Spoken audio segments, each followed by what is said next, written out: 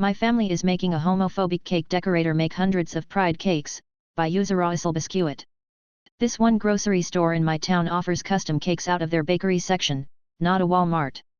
Their only cake decorator is a nasty bitch of a woman with even nastier opinions about gay people, and she is a real piece of work, let me tell you. One of my siblings who is LGBT and works in the store, too, and they've been fed up with this lady for a while.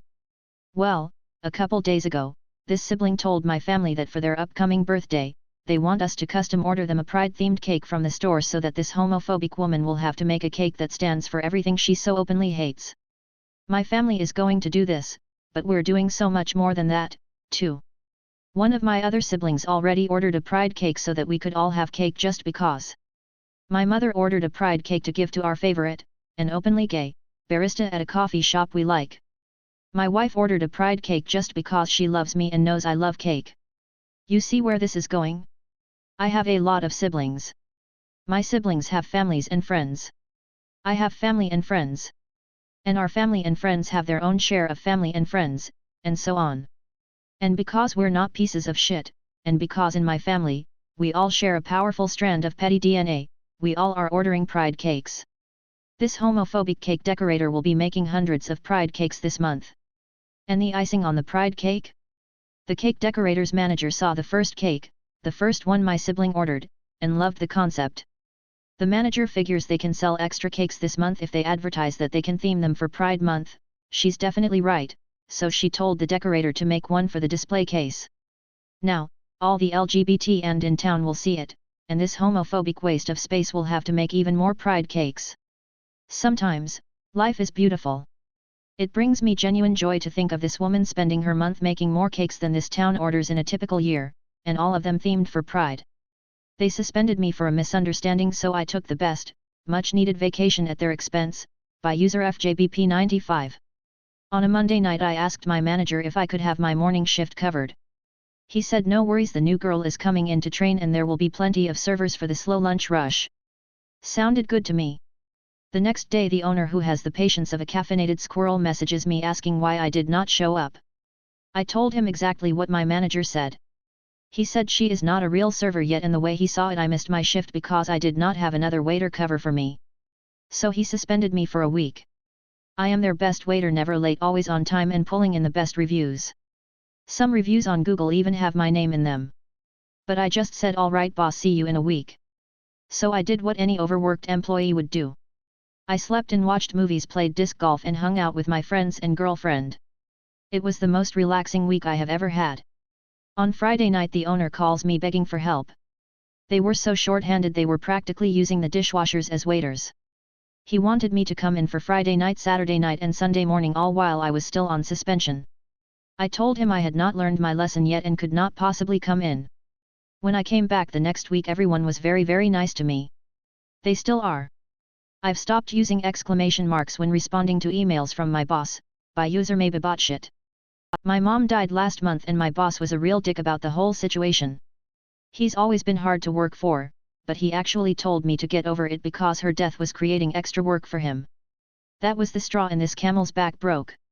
I can't quit my job, but I'm taking steps to move to a better role and I know I need to keep the peace until then. I always start emails with a positive first sentence. Something like a simple good morning. Or I hope you're having a nice day. I still do this on emails to my boss, but I have omitted exclamation points entirely. I've been here over a decade, so it's extremely noticeable to anyone who works with me closely, and it's driving him crazy. His messages seem frazzled and he's frantically using exclamation points in every email, something he has never done before. It's so stupid, but I can tell it's breaking him. My aunt said therapy is for the faithless, so I let her quote my therapist, by user my_alchemy22.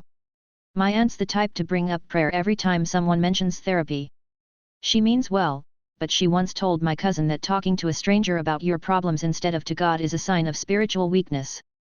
I've been in therapy for a while now, quietly. It helps. But I never brought it up around her. She's always quick to offer a psalm when someone's struggling, but never space. A few weeks ago, we were at a family lunch, she opened up. Said she felt spiritually dry and couldn't explain it. So I shared something my therapist once told me: sometimes we mistake emotional exhaustion for a spiritual crisis. They feel the same, but they need different care. She blinked. Said it sounded like something from a devotional. Asked me to send her the quote. Now she's been texting me weekly for more little gems. Ooh, I send them, let her run with it.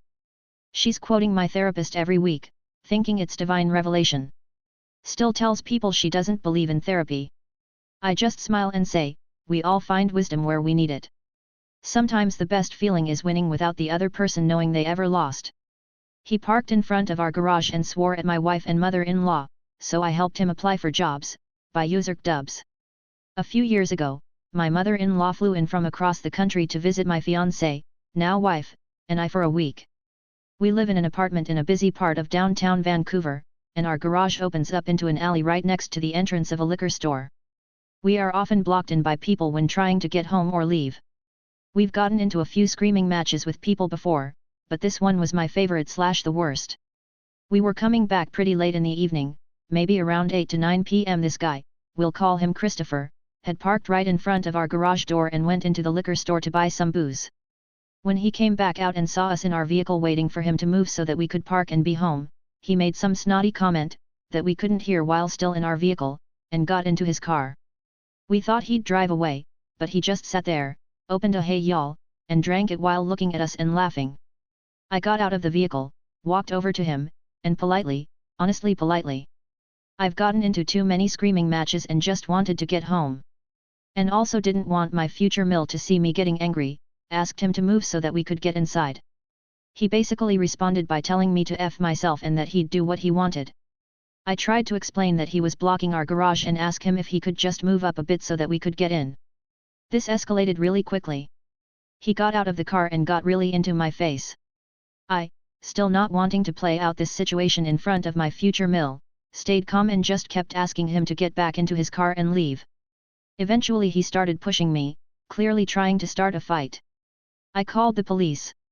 While I was on the phone with them, he had put himself and his face centimeters from mine. I stepped back and put my arm out, while still on the phone, and he walked into it. He started screaming about how I was assaulting him and how he needed police help. Because we were right downtown, the police arrived within a minute from when I had made the call, still on the phone with the operator the whole time. As soon as they arrived, he changed his tone and attitude completely. He started telling them a sob story about how I had approached him in his vehicle and threatened him. Luckily, my fiancé and future mill were still in the car and completely backed up my story. He was also parked illegally in front of my parking garage, so the police quickly took my side and demanded that he leave. As he got back into his car, the police noticed his open can of "Hey y'all" in the console and immediately got him back out of the car and demanded that he perform a breathalyzer test. Unfortunately, he had finished the can before getting out, so he claimed that he had found the can on the road and was planning to bring it in for the 5C deposit. His alcohol level was also below the legal limit for driving, so the police couldn't do anything to charge him with a DUI. The police stayed until he left, but the last thing he did before driving away was to throw his business card out of the window at me and ask, "You don't even know who you're messing with?" I picked it up as he was driving away, already starting to plan my revenge, although with no idea of what I could do with his information. The next day, I looked Christopher up, and it turns out he was a freelance graphic designer. He has his own website with a bunch of his completed projects. And his full PDF downloadable resume. I downloaded his resume and got to work. I started applying for jobs on Christopher's behalf. I had his real phone number, real address, and real full resume. He applied to every McDonald's in the area, Starbucks, TNT, grocery stores, movie theaters, literally any minimum wage jobs that I could find with a quick/easy application process. I must have applied for over 80 jobs for him, all using his real phone number and real resume. I kept this up for a few weeks, searching for more jobs whenever I had some free time. Unfortunately, I never got to see his face as he started getting callbacks. He was truly more than qualified for any of these jobs, but I like to think that for a month or two he would receive phone calls throughout the week asking to set up job interviews, thinking that it was for his graphic design work, only to be told that it was for a McDonald's, or Wendy's, or wherever. A few months later, I went back to his website thinking that I'd start the process again. He pulled that crap in front of my fiancé and future mill. I was salty, but his website had been taken down or moved to a new URL. TLDR, don't mess with me in front of my family or else I'll get you a job at McDonald's.